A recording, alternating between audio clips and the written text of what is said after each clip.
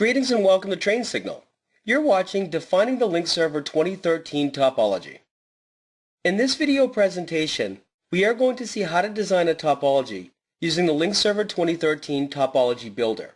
We're also going to see how to take that topology and to publish it into the Central Management Store, better known as CMS. Well, what exactly is CMS, the Central Management Store, and how do we interact with it? With Microsoft Lync Server 2013, it is using a very similar format to the structure that we had for our database, as like what we had with Lync Server 2010. Microsoft has moved away or shifted away from storing information inside of the configuration partition of AD. We're now using Microsoft SQL Server to store the topology information for your Lync infrastructure in your environment. Back with the older versions of Office Communication Server, Microsoft stored a lot of information inside of WMI and also inside of AD. But there were a lot of complaints by administrators that there were delays in replication, so if I was opening up an administration console and I connected to a server in one site, I wasn't seeing the same thing that I would see if I connected to another server in another site. And that's because Active Directory replication at a minimum can only replicate within 15-minute intervals.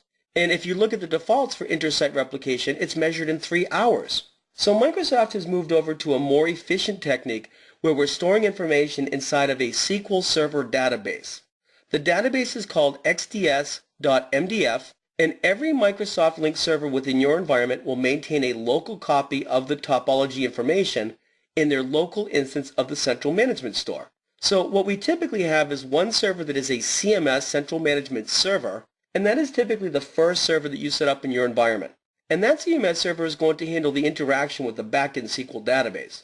And then all your other servers will get a copy of that information. So what you're going to find in your environment is that your servers will use a share, so the format //server name /xds-replica. So that share is used for replication of the XDS database content, or CMS, amongst the servers within your environment. So what exactly is stored inside of my CMS database? Well, the CMS database maintains your topology information, it maintains configuration settings, and also policies. So when we make changes to our topology with the Topology Builder, or if we make configuration changes or policy changes through the control panel or the Lync Server Management Shell, a lot of this information is getting stored inside of CMS and replicated amongst the different servers, and maintained inside of your local SQL Server 64-bit Express Edition, which runs on every server within the environment. Before we can deploy Microsoft Lync Server 2013, we have to define our topology inside of a tool called the Topology Builder. The Topology Builder is the tool that we will use to define our sites, our pools, and the servers, whether it's servers participating in a front-end pool, mediation server configuration, or even our gateways. Now keep in mind that the Topology Builder is the tool that you have to use to originally author your topology. So you cannot even install Lync until you have your topology defined and then published over to our Central Management Store. As we go through our demonstration, when we go to the properties for our pool, underneath the resiliency settings, you'll notice a new feature. We now have the ability to enable pool peering. If you enable pool peering, it allows your pools to function as backup registrars to each other. So in our case, we have 2 pools, one in Scottsdale and one in Phoenix. If I enable the pools to be set up in a peered design, if a client goes to register with its configured pool, such as Scottsdale, if that pool is not available, your client can then register with the backup registrar pool over in Phoenix. Now, if the client registers with the backup registrar pool in an automatic process, your clients then function in a reduced functionality state. So this is similar to what we had with Lync Server 2010. When your client powers up, they register with their pool, but it's not available, so they fail over to the backup registrar. We have to remember that there's a lot of user-homed data only over in your pool, such as your contact information, your presence information. Well, with Lync Server 2013, when you enable pool peering, this information is now replicated to the other pool. So if a client fails over to the other pool automatically, they function in a reduced functionality state with limited access to their user-home data. But the administrator can invoke a manual failover. So we fail the clients over to the other pool manually, and the clients then start to use the user home data over on the other pool. So they then have full functionality on the client. so they're not running in their reduced functionality state. Another very important enhancement that we have with Lync 2013 is the ability to use SQL mirroring for your back-end SQL servers. Now, we're going to be using the Enterprise Edition of Microsoft Lync because of the number of users that we have at Carve Rock Fitness. And in order to provide high availability when you're using the Enterprise Edition, you've got to have at least 3 servers in a pool. So Microsoft recommends at least 3 servers in an enterprise pool. If you're going to have only 2 servers, they recommend that you go with the Standard Edition. Well, what exactly does SQL mirroring allow me to do? It allows me to store content on multiple SQL servers. This is a feature that was not available with Lync Server 2010. At Carve Rock Fitness, we have a data center in Scottsdale, and we also have another data center over in Phoenix. And what we're looking at doing is setting up a pool in each location, and we're going to peer those pools. But we're also going to provide redundancy with the SQL Server data with SQL mirroring. Well, I know what you're thinking. The prior version of Lync allowed us to use clustering of SQL. Well, the problem with clustering is that if you wanted to geographically disperse your data, like in the case of a geo cluster, it required that your SQL servers were on the same VLAN. So I had 2 physical locations, Scottsdale and Phoenix, and I had to use a stretched VLAN in order to support the clustering. Well, with SQL mirroring, that is not the case. We don't have to use stretched VLANs anymore. From inside of the Topology Builder, after we go in and we define a site, we're then going to be prompted to define a pool. And a pool can be either the Standard Edition or the Enterprise Edition. With the Standard Edition of Microsoft Lync, we do not use a separate SQL Server on the back end. You will be using the SQL Server 64-bit Express Edition locally on your server to host your CMS. With the Enterprise Edition of Microsoft Lync, we have the ability to set up multiple servers in a pool.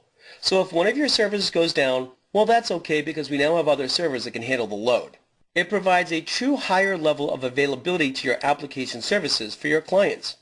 With the Enterprise Edition of Lync, we have to use a back-end SQL server, another server running SQL, to maintain a copy of CMS. And then every server in the pool will host a local copy of CMS on their local instance of SQL Server 64-bit Express Edition. Now, one of the questions I always have, do we have to use the Enterprise Edition of Microsoft Lync to use Enterprise Voice? And the answer to that is no. Enterprise Voice is your voice over IP, and if you only have one server and that server goes down, that also means the ability to make and receive phone calls is going to go down with it. So if you are using voice over IP or Enterprise Voice, you may want to take a look at either using Standard Edition in a peer design or having multiple servers in a pool. Both of these designs will provide higher availability and can maintain a dial tone where in cases where a single Standard Edition will not. Now, as we define our topology with Lync 2013, we're also going to have to define simple URLs. Simple URLs are used to connect over to Microsoft Lync 2013 for different situations. Well, we have an administrative simple URL, which is used to connect over to the control panel, and that's only exposed internally.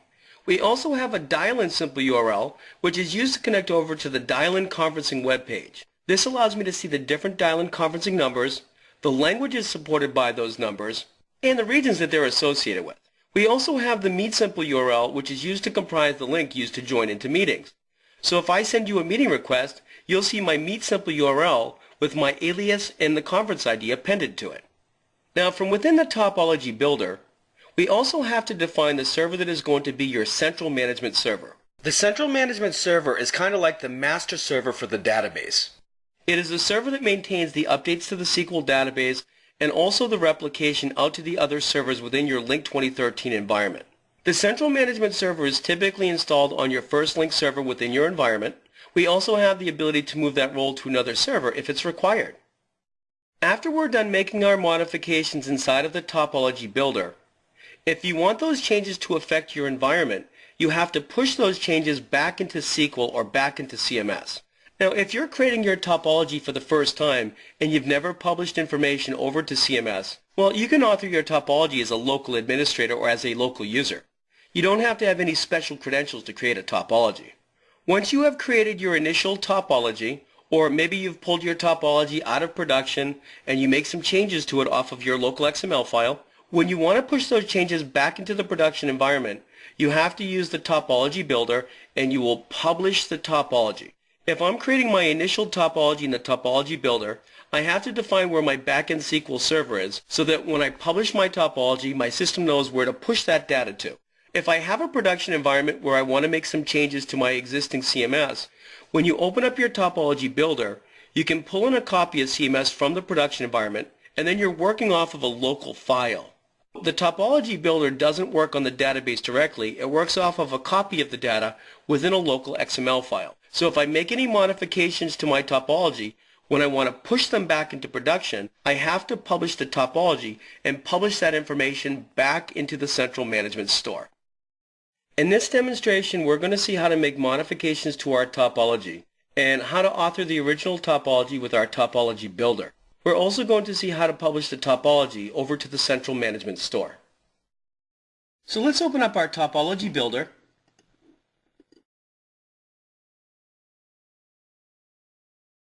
And when we open up the Topology Builder, we have three choices. We can download the topology from the existing deployment. This is great when you want to make a change to your existing environment. We can also open the topology from a local file. Like, for example, if you are already working on a topology and you want to make some changes to your existing work in progress. You can also create a brand new topology from scratch, which is what we're going to do. When I create my topology, we're prompted to give that topology file a name. I'll call mine install demo.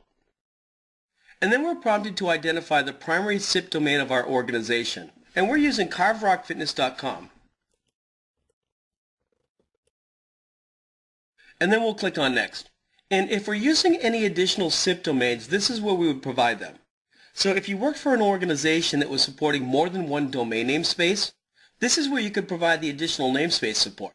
Now, CarveRock Fitness is going to be supporting additional namespaces in the future, but for right now, we'll leave it just like it is. We can make some changes later on.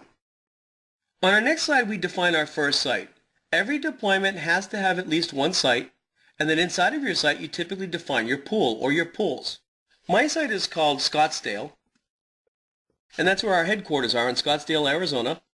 And here my description is corporate location. And then we'll click on Next. On the next slide, we define our city, state, and our country code. So here my city is Scottsdale. We're in Arizona, and the country code is +1. On the next slide, it reads, your new topology was successfully defined. Before you publish the topology, you must define at least one front-end pool. If you are ready now to do that, select the checkbox below and then click on Finish. So I'm going to leave it just like this, and it's going to walk me through a wizard to create a pool. So here we'll click on Finish, and then it opens up my Define the New Front-End Pool wizard. We'll click on Next, and then we're prompted for the name of the pool. At CarveRock Fitness, we're looking for a higher level of availability because we have to be able to support voice over IP and also our conferencing, and we want to make sure that they're always available. So the name of our pool is going to be pool.carverockfitness.com.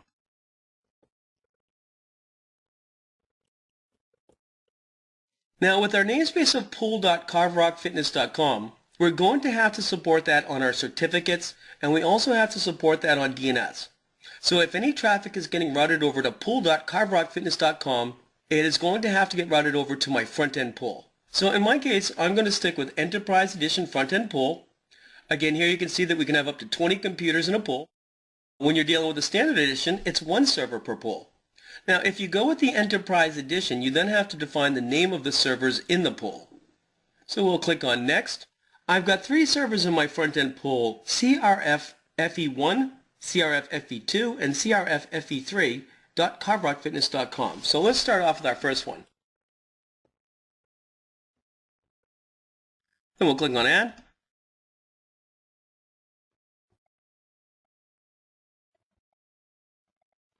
So here you can see that I've added the names of my 3 servers into the topology for the pool, and then we'll click on Next.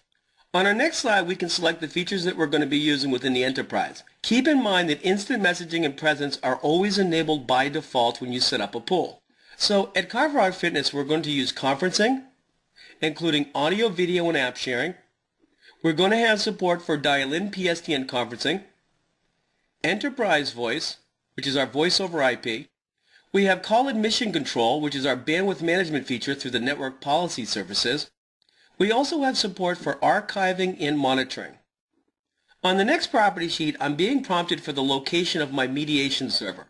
As you remember, the mediation server role is the role that communicates with your gateway, your IP PSTN gateway, your IP-based PBX, or possibly your session border controller for a SIP trunk provider. The mediation server can be co-located on your front-end servers in a pool. It can also be a separate dedicated box. Now, at Carve Rock Fitness, we're going to go with co-located mediation servers because we've only got about 10,000 clients in the environment. We'll be able to support that on our front-end servers without a problem. Let's click on Next.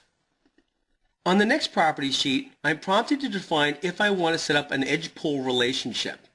The Microsoft Lync Server 2013 Edge services provide connectivity to the Internet for public instant messaging, for XMPP support, for federation relationships with other organizations, and also for roaming users, somebody outside of your organization's boundaries that just wants to connect in to authenticate with Lync.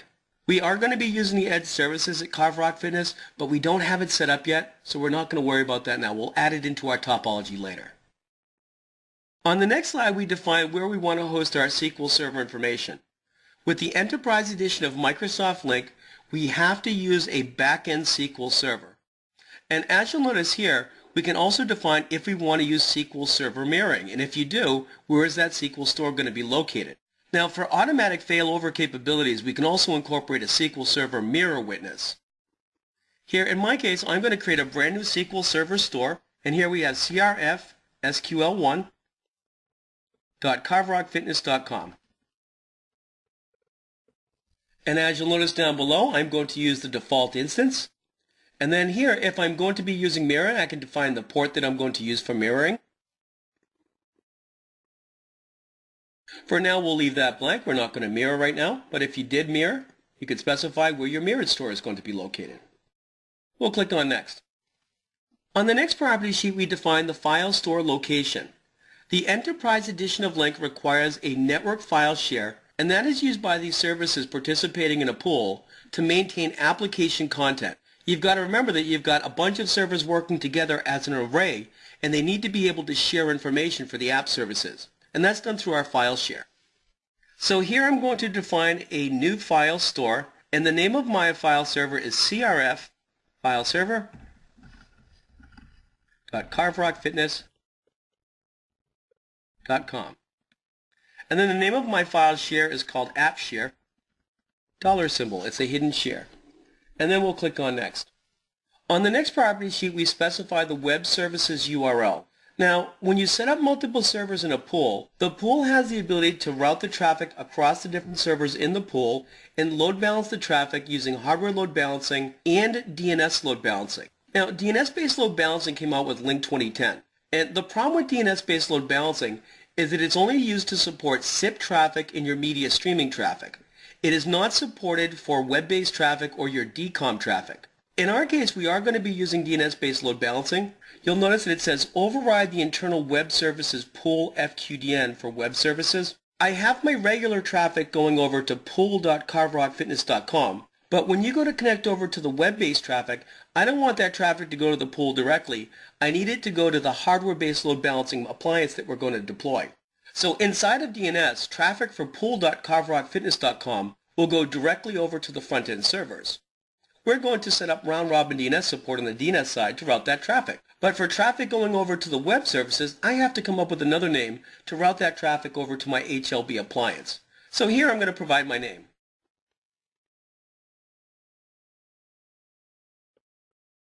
Here I have linkwebint for internal.carverockfitness.com.